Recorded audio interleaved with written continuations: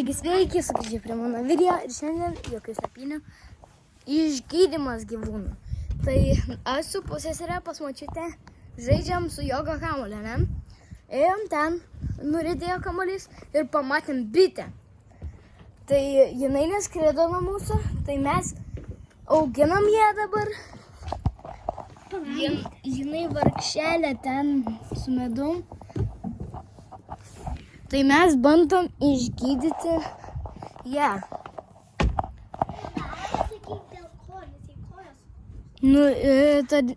Ir kodėl jinai neskrido nuo mūsų? Nes todėl, kad jai lūžo sparnas ir koja. Ir gal biškį nugarą, nes buvo palėtis nugarą. Tai ja, jai... O draugė skrido. O draugė. Arba čia širšė. Jinai kada nosų nori. Labas širšė. Gal tu esi jos sesė?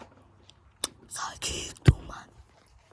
Atidarau ir einam dar žolytės pririnkt. Einam žolės pririnkt. Einam į kimuką.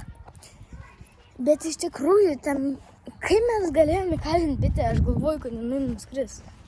Bet radom. Nu gerai. Oi. Upsi, liupsi. Žiūrėkit, kovas. Arba ten. Kažkam. Žinupsi. Vienas. Kaka! Dar vienas arčiau.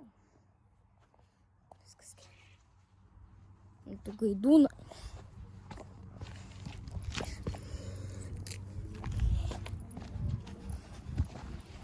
Nu tai jo, ta bitė gal kanaja yra, arba širšė, nežinau.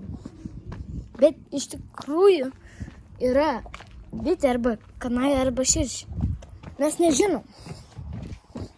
Tik tais bandėm googlinti, kaip bitę išgelbėt.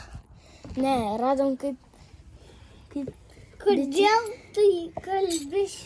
Nes jis nori nusifilmuoti, kad atsimintų tą bitę. Tai paleisim ją į laisvę ir išgydysim.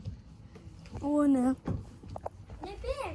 Tiesiog nejudėk, jinai žiūri, ar tu turi medaus. O ne. O ne. Močiutė. Uždarom, nes jinai nori iš jos pavogti medaus. O jai reikia padėti. Nu, aš neturiu. Tiesiog nejudėk. Močiutė, pas mane širšė.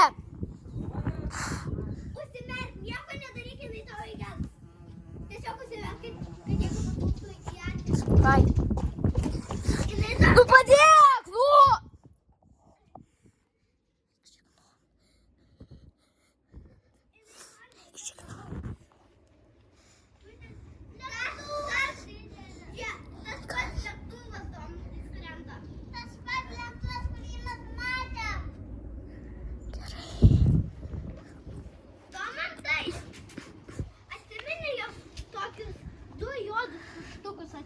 Nu. Jinai tos 2 juodus pirštukus įmerkė į medų. O kur ta širšė? Jinai ant savo. Iš kur tu žinai? Tai? Jinai pakėlė kojytę.